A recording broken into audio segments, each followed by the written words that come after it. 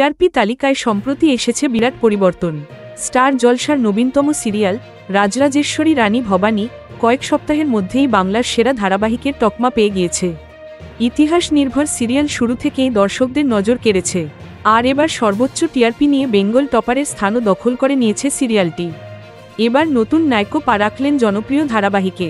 দীর্ঘ প্রতীক্ষার পর কয়েক সপ্তাহ হলো শুরু হয়েছে রাজরাজেশ্বরী রানী ভবানী সিরিয়াল। প্রথম সপ্তাহেই সেরা 5-এ জায়গা করে নিয়ে চমক দেখিয়েছিল ধারাবাহিকটি।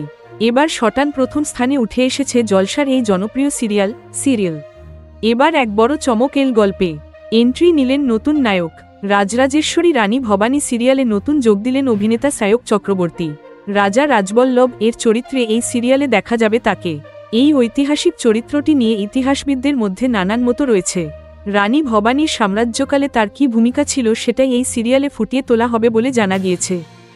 সংবাদ মাধ্যমের সঙ্গে সাক্ষাৎকারে সায়ক বলেন, ব্যক্তিগতভাবে তার ঐতিহাসিক চরিত্র পছন্দ। রাসমণি থেকে রামপ্রসাদের মতো সিরিয়ালে এই ধরনের চরিত্রে অভিনয় করেছেন তিনি। এই ধরনের চরিত্র বরাবরই তার পছন্দের তালিকায় থাকে। এবারও এই নতুন চরিত্র দিয়ে দর্শকদের মনে জায়গা করে নেওয়ার ইচ্ছা রয়েছে বলে জানান অভিনেতা। এবারের টিআরপি তালিকায় চমকপ্রদ নম্বর পেয়েছে রাজরাজেশ্বরী রানী ভবানী।